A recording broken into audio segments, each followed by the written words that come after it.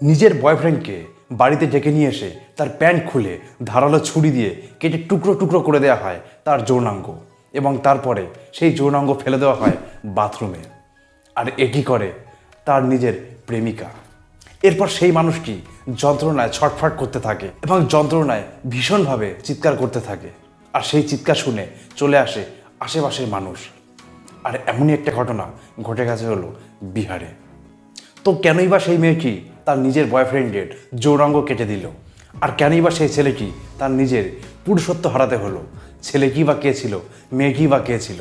আর এই সম্পূর্ণ ঘটনাটা জানতে হলে ভিডিওটা প্রথম থেকে শেষ পর্যন্ত দেখতে হবে।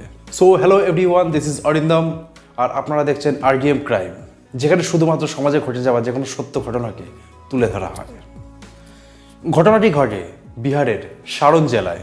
ছেলেটি ছিল বিহারের মথুরা ব্লকের 12 নম্বর ওয়ার্ডের কাউন্সিলর এবং মেয়েটি ছিল হাজিপুরের এক তরুণী। মেয়েটি পেশায় ছিল হচ্ছে একজন ডক্টর, এবং এদের দুজনের মাঝখানে সম্পর্কটা প্রায় 5 বছর ধরে চলছিল এবং তাদের মধ্যে বেশ কয়েকবার শারীরিক সম্পর্কও ঘটে।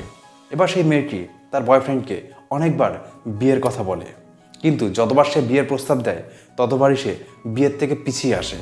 সে কোনোভাবেই বিয়ে করতে চাইতো না।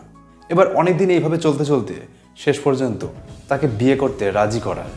তো যাই হোক, যে কোনোভাবেই সে বিয়ে করতে রাজি হয় ছেলেটি, কিন্তু শেষ পর্যন্ত তারা ডিসিশন নেয় যে তারা রেজিস্ট্রি ম্যারেজ করে বিয়ে করবে। যেদিন রেজিস্ট্রি ম্যারেজের ডেট ছিল সেদিন তো মেয়েটা সম্পূর্ণভাবে তৈরি হয়ে কোর্টে হাজির হয়, যাতে তারা বিয়ে করতে পারে। হাতে একদম সুন্দর মেহেন্দি ঘেন্দি পরে, এবং তার ফ্যামিলিরও সবাই জানে সে আজকে বিয়ে করবে। তো যাই হোক, শেষ পর্যন্ত বিয়ে করার জন্য সেই মেয়েটি তো এসেছিল, কিন্তু সেই কোর্টে ছেলেটা কিন্তু শেষ পর্যন্ত আসেনি।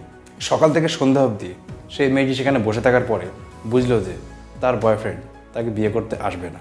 সেখান থেকে শুরু হয়ে যায় তার রাগ। সত্যি কথা বলতে রাগের কিন্তু যথেষ্ট কারণও কিন্তু আছে এখানে। শুধুমাত্র কিন্তু রাগ নয়, একটা আত্মসম্মান বোধের ব্যাপার। মেয়েটি সম্পূর্ণভাবে তার বাড়ির সবাইকে জানিয়ে এসেছিল সে বিয়ে করবে, এবং মনের খুশিতে নিজেকেও সম্পূর্ণরূপে তৈরি করে নিয়ে এসেছিল। সুন্দর করে হাতে মেহেন্দি পরে খুব সুন্দর সেজেগুজে সে এসেছিল সে বিয়ে করবে বলে, কিন্তু শেষ পর্যন্ত সেই ছেলে তাকে বিয়ে করার জন্য এলো না। এরপর সেই মেয়েটা তখন সেই ছেলেটাকে তার বাড়িতে ডাকে। সেই ছেলেটা যথারীতি তার বাড়িতে আসে। ব্যাস, সেখানেই সব কিছু শেষ। মেয়েটি একটা ধারালো ছুরি নিয়ে বসেছিল। যেই ছেলেটা ঘরের মধ্যে ঢোকে তার শরীরের ওপরে ঝাঁপিয়ে পড়ে সেই মেয়েটা ধারালো ছুরি নিয়ে তার প্যান্ট খুলে দেয় এবং তার যৌনাঙ্গ কেটে টুকরো করে ফেলে। তারপরে সেই যৌনাঙ্গ নিয়ে বাথরুমের মধ্যে ফেলে দেয়। ছেলেটা সাথে সাথে মাটিতে পড়ে গিয়ে যন্ত্রণায় চিৎকার করতে থাকে। সেই চিৎকার শুনে আশেপাশের সমস্ত লোক ছুটে চলে আসে এবং দেখে যে ছেলেটা এইভাবে পড়ে আছে মাটিতে। এরপরে পুলিশে খবর দেওয়া হয়। পুলিশ আসে, সেই মেয়েটিকে তখন গ্রেপ্তার করা হয়। গ্রেপ্তার করার পরে সমস্ত ঘটনা মেয়েটির কাছে জানতে চাওয়া হয়। মেয়েটি তখন সমস্ত ঘটনা ছেলেটির ব্যাপারে জানায় যে তাদের মধ্যে সম্পর্ক ছিল 5 বছর ধরে। 5 বছরের মধ্যে অনেকবার তাদের মধ্যে ফিজিক্যাল রিলেশনও হয়েছে, এবং এই ছেলেটা নাকি এর আগেও অনেক মেয়েকে এইভাবে ঠকিয়েছে। কাউকে বিয়ে করেনি, সবাইকে বিয়ে করার আশ্বাস দিত, কিন্তু কাউকে বিয়ে করতো না। এবং ওর সাথে এরকম সম্পর্ক ছিল অনেক দিন ধরে, এবং সেম একই ঘটনা সেই মেয়ের সাথেও ঘটেছে।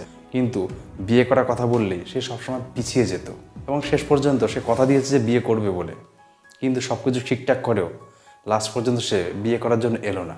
এবং এই অপমান সে সহ্য করতে পারে না তার বাড়ির লোকের কাছে, তার আশেপাশের লোকের কাছে, মানে যাদের যাদের সে ঘটনাটা বলেছিল যে সে আজকে বিয়ে করতে যাচ্ছে, কিন্তু তারপরও যখন দেখলো যে সে বিয়ে করতে পারলো না, তখন মানে সবার কাছে তার একটা মান সম্মান নষ্ট হয়ে গেল।